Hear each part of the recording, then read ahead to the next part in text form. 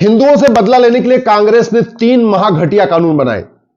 एक 1991 में बनाया प्लेस ऑफ वर्शिप एक्ट, दूसरा 1992 में बनाया माइनॉरिटी कमीशन एक्ट और तीसरा 1995 में बनाया वक्फ एक्ट। और हिंदुओं से बदला लेने की बात मैं क्यों कह रहा हूं? क्योंकि राम मंदिर का मूवमेंट 1988 से पीक पे आना शुरू हुआ, 1990 में एकदम पीक पे आ गया था, कार सेवा शुरू हो चुकी थी।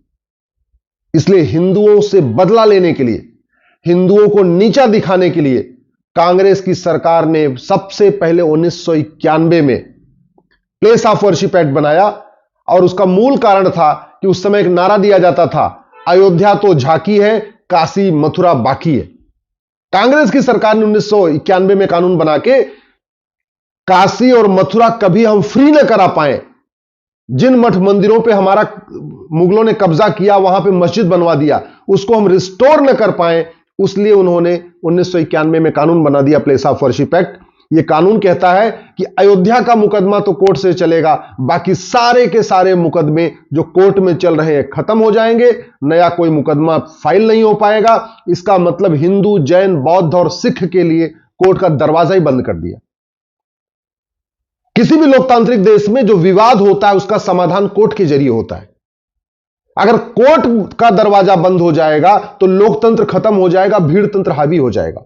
लेकिन कांग्रेस की सरकार ने यह काम किया। कांग्रेस की सरकार ने कहा तुम्हें कोर्ट जाने नहीं देंगे, और अगर वैसे तुम भीड़ इकट्ठा करोगे तुम्हारे ऊपर गोली चलवाएंगे। आखिर अयोध्या में गोली चली ना, हिंदू मारे गए ना, तो कोर्ट जा नहीं सकते, भीड़ इकट्ठा कर नहीं सकते। भीड़ इकट्ठा करोगे लाठीचार्ज करेंगे, गोली मारेंगे और कोर्ट तुम्हें जाने नहीं देंगे। हमारा राइट टू रिलीजन छीन लिया, हमारा राइट टू कल्चर छीन लिया। जिन मंदिरों के बारे में हमारे किताबों में लिखा हुआ है, उन मंदिरों को हम वापस नहीं ले सकते। कांग्रेस ने कानून बना के बाबर, हुमायूं, तुगलक, गजनी, गोरी, औरंगजेब के इल्लीगल काम को लीगलाइज कर दिया। जो उन्होंने हमारे मठ मंदिरों पर अवैध निर्माण किया, अवैध कब्जा किया, कांग्रेस ने उसको लीगलाइज कर दिया। इसलिए मैं कहता हूं 1991 का place of worship act Bharat का सबसे घटिया कानून है और यह कांग्रेस का महापाप है। इस महापाप को खत्म करना बहुत जरूरी है। मैं धन्यवाद दूंगा सांसद हरनाथ यादव जी को कि उन्होंने इसके खिलाफ संसद में आवाज उठाया है, उन्होंने प्राइवेट मेंबर बिल भी पेश किया है और हमें पूरा भरोसा है कि अब आने वाले सत्र में, नई सरकार में यह प्लेस ऑफ वर्शिप एक्ट खत्म होगा।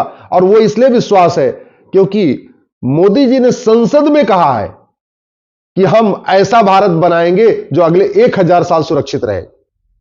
कायदे से कांग्रेस की सरकार को कानून बना के जो हमारा मथुरा का मंदिर था उसको रिस्टोर करना चाहिए था। जो जौनपुर में अटाला है, जहां पे अटाला मस्जिद बन गई है, उसको रिस्टोर करना चाहिए था। जो हमारा ज्ञानवापी है, इसको रिस्टोर करने के लिए कानून बनाना चाहिए था। एक कानून बनाते, गुजरात का जो रुद्र महालय मंदिर है जहां जामी मस्जिद बनी है, उसको रिस्टोर कर लेते। कानून बना के जो गुजरात में भद्रकाली मस्जिद पे अवैध कब्जा हो रखा है, जहां जामा मस्जिद बनी, उसको रिस्टोर कर लेते। जो बंगाल में अदीना मस्जिद बन गई हमारे मंदिर के ऊपर, उसको रिस्टोर कर सकते थे। जो मध्य प्रदेश में विजया मंदिर के ऊपर मस्जिद बन गई है, उसको रिस्टोर कर सकते थे। जो यहां पे दिल्ली में जो जैन मंदिरों के ऊपर एक कुतुबुल इस्लाम बन गई है मस्जिद, उसको रिस्टोर कर सकते थे। जो हमारा ऐतिहासिक मध्य प्रदेश का धार है, जहां भोजशाला, जहां सरस्वती माता का मंदिर है, उनकी मूर्ति थी, उसको रिस्टोर कर सकते थे। लेकिन कांग्रेस ने हमारे मठ मंदिरों को रिस्टोर करने की बजाय, रिस्टोर करने के लिए कानून बनाने की बजाय ऐसा कानून बनाया कि हम तुम्हें कोर्ट के जरिए भी रिस्टोर नहीं करने देंगे और भीड़ तो इकट्ठा होने नहीं देंगे। जब जब यहां पे कार सेवा होती है इन मंदिरों के पास, धारा 144 लग जाती है। कांग्रेस की चूंकि हर जगह राज्य सरकार थी, तो कांग्रेस को पता था सरकार तो हमारी रहेगी, तो हम इनको पुलिस से पिटवाते भी रहेंगे, लाठियों से पीटते भी रहेंगे और हम कोर्ट भी जाने भी नहीं देंगे। अब की बार 400 पार इसीलिए जरूरी है क्योंकि हमें भारत के सभी मठ मंदिरों को वापस रिस्टोर करने के लिए एक नया कानून चाहिए। ये प्लेस ऑफ वर्शिप एक्ट खत्म करवाना है और नया कानून बना के सारे मठ मंदिरों को रिस्टोर कराना है। क्योंकि कोर्ट के जरिए अगर रिस्टोर करते रहेंगे तो 50-50 साल लगता रहेगा, 100-100 साल लगता रहेगा। पता चला 50 साल लग जाएगा ज्ञानवापी को लेने में, फिर 50 साल लग जाएगा मथुरा को लेने में, फिर 50 साल लग जाएगा भद्रकाली को लेने में, फिर 50 साल लग जाएगा भोजशाला को लेने में, फिर 50 साल लग जाएगा टाला को लेने में। ये काम नहीं करना। अब तो कानून बना के एक एक्सपर्ट कमेटी बने, उसमें हिस्टोरियन हो, एएसआई के लोग हो, जज भी हो, वैज्ञानिक भी हो, सब हो, वो मिलके जाके उन मठ मंदिरों का सर्वे कर ले, उनको एग्जाम कर ले, और जो जहां पे क्लियर स्पष्ट हो रहा है कि नहीं ये तो मंदिर था, उसको वापस रिस्टोर कर ले। कानून के जरिए रिस्टोर करना बहुत आसान है। दूसरा जो घटिया कानून बनाया कांग्रेस ने, वो 1992 में बनाया माइनॉरिटी कमीशन एक्ट। मुस्लिम्स को फायदा पहुंचाया, क्रिश्चियंस को फायदा पहुंचाया, हिंदुओं को आपस में बांट दिया, जैन बौद्ध और सिख को माइनॉरिटी घोषित कर दिया, जबकि जैन बौद्ध और सिख हिंदू कहलाते हैं। बाकी जितने भी कानून हैं वहां पे जैन बौद्ध सिख हिंदू कहलाते हैं। याद रखिए 1992 के पहले कभी भी हिंदू और बौद्ध आपस में लड़ते नहीं थे, हिंदू और जैन का आपस में कभी झगड़ा नहीं होता था। ये सारा जो झगड़ा शुरू हुआ है ये 1992 के माइनॉरिटी कमीशन एक्ट के कारण हुआ है, जिसने हिंदुओं को बांटा है और मुस्लिम्स को फायदा पहुंचाया। ये घटिया कानून बनाया कांग्रेस ने। इस 1992 के माइनॉरिटी कमीशन एक्ट को भी खत्म करवाना है, माइनॉरिटी अफेयर मिनिस्ट्री को खत्म कराना है, माइनॉरिटी एजुकेशन इंस्टीट्यूशन को भी खत्म कराना है। तो इसलिए मैं कहता हूं अब की बार 400 पार जरूरी है। जो तीसरा घटिया कानून बनाया वो वक्फ एक्ट 1995 में। वैसे जो पहला वक्फ एक्ट बना था वो नेहरू जी ने बनाया था 1954 में। इंदिरा गांधी ने उसको और मजबूत किया, राजीव गांधी ने वक्फ एक्ट को और मजबूत किया, लेकिन नरसिम्हा राव ने तो सारी सीमाएं तोड़ दिया। 1995 का जो वक्फ एक्ट है वो तो अनलिमिटेड पावर देता है। किसी भी जमीन के ऊपर वक्फ बोर्ड हाथ रख दे तो कहेगा वो वक्फ बोर्ड की प्रॉपर्टी हो जाएगी। किसी जमीन को, किसी पार्क को जाके कह दे यहां बाबर का घोड़ा घास खाता था, किसी भी सरकारी किसी जंगल में जाके कह दे यहां औरंगजेब का घोड़ा घास खाने आता था, वो जंगल उसका, वो पार्क उसका, वो ऊसर जमीन उसकी, वो बंजर जमीन उसकी, वो खेल का मैदान उसका।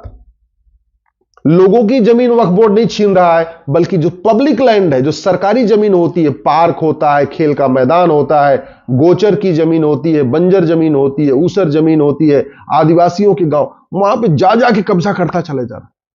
रेलवे और डिफेंस के बाद सबसे ज्यादा जमीन इस समय वक्फ बोर्ड के पास। ये सारी जमीन वापस लेना है। सारी जमीन तभी वापस हो सकती है जब वक्फ एक्ट खत्म हो और एक नया कानून बन के वो सारे जमीन को वापस लिया जाए। तो 1991 का प्लेस ऑफ वर्शिप एक्ट, 1992 का माइनॉरिटी कमीशन एक्ट, 1995 का वक्फ एक्ट, ये हमारे लिए बहुत बड़ा खतरा है। और ये तीन कानून खत्म नहीं हुए तो हम खत्म हो जाएंगे। मैं आपको गारंटी के साथ कहता हूं, अगर ये तीन कानून खत्म नहीं हुए तो हम खत्म हो जाएंगे। तो इसलिए इसके बारे में जन जागरण करिए। मैं आपसे रिक्वेस्ट करता हूं, कम से कम 4000 फेसबुक फ्रेंड बनाइए। 5000 बना लेते तो बहुत अच्छी बात है, नहीं तो कम से कम 4000 फेसबुक फ्रेंड जरूर बनाइए। रोज 100-200 लोगों को अपना फेसबुक फ्रेंड बनाइए। पर डे 1 घंटे टाइम निकालिए, फेसबुक पे 100 से 200 लोगों को रिक्वेस्ट भेजिए फ्रेंडशिप की। अगले 1 महीने के अंदर फटाफट 2-3 हजार नए लोगों को जोड़ लीजिए और सही बात लिखना शुरू करिए। अगर दल गुलामी नहीं छोड़े, पार्टियों की गुलामी नहीं छोड़े, जाति के आधार पर बटे रहे, भाषा के आधार पर बटे रहे, क्षेत्र के आधार पर बटे रहे, अगड़े पिछड़े के आधार पर बटे रहे, तो ये कानून खत्म नहीं हो पाएंगे। ये कानून तब खत्म होंगे जब आप सब लोग मिलके भारतीय हो जाएंगे और बोलेंगे हम भारतीय हैं, सबसे पहले घटिया कानून बदलो। और प्रधानमंत्री जी ने बोला है कल कि हम एक ऐसे भारत की नींव रखने जा रहे हैं जो अगले 1000 साल तक सशक्त होगा, समृद्ध होगा। तो स्वाभाविक सी बात है, एक भारत श्रेष्ठ भारत तभी बनेगा जब सारे घटिया कानून बदले जाएंगे। और घटिया कानूनों का दुष्परिणाम आपको बताता हूं। एक आर्टिकल 370 ने कश्मीर को बर्बाद किया था। कांग्रेस ने ऐसे 50 कानून बनाए हैं, 50। आपने कश्मीर में था आर्टिकल 370 का प्रभाव तो देख लिया ना। पूरे भारत में कांग्रेस ने कम से कम भारत को बर्बाद करने के लिए 50 कानून बनाए। उन सभी कानूनों को खत्म करना पड़ेगा और उन सभी कानूनों को खत्म करने के लिए जरूरी है लोकसभा और राज्यसभा में दोनों में 2/3 बहुमत हो। याद रखिएगा, चुनाव आ रहा है, अपने रिश्तेदारों से बात करिए, अपने नातेदारों से बात करिए और अब की बार 400 पार करिए।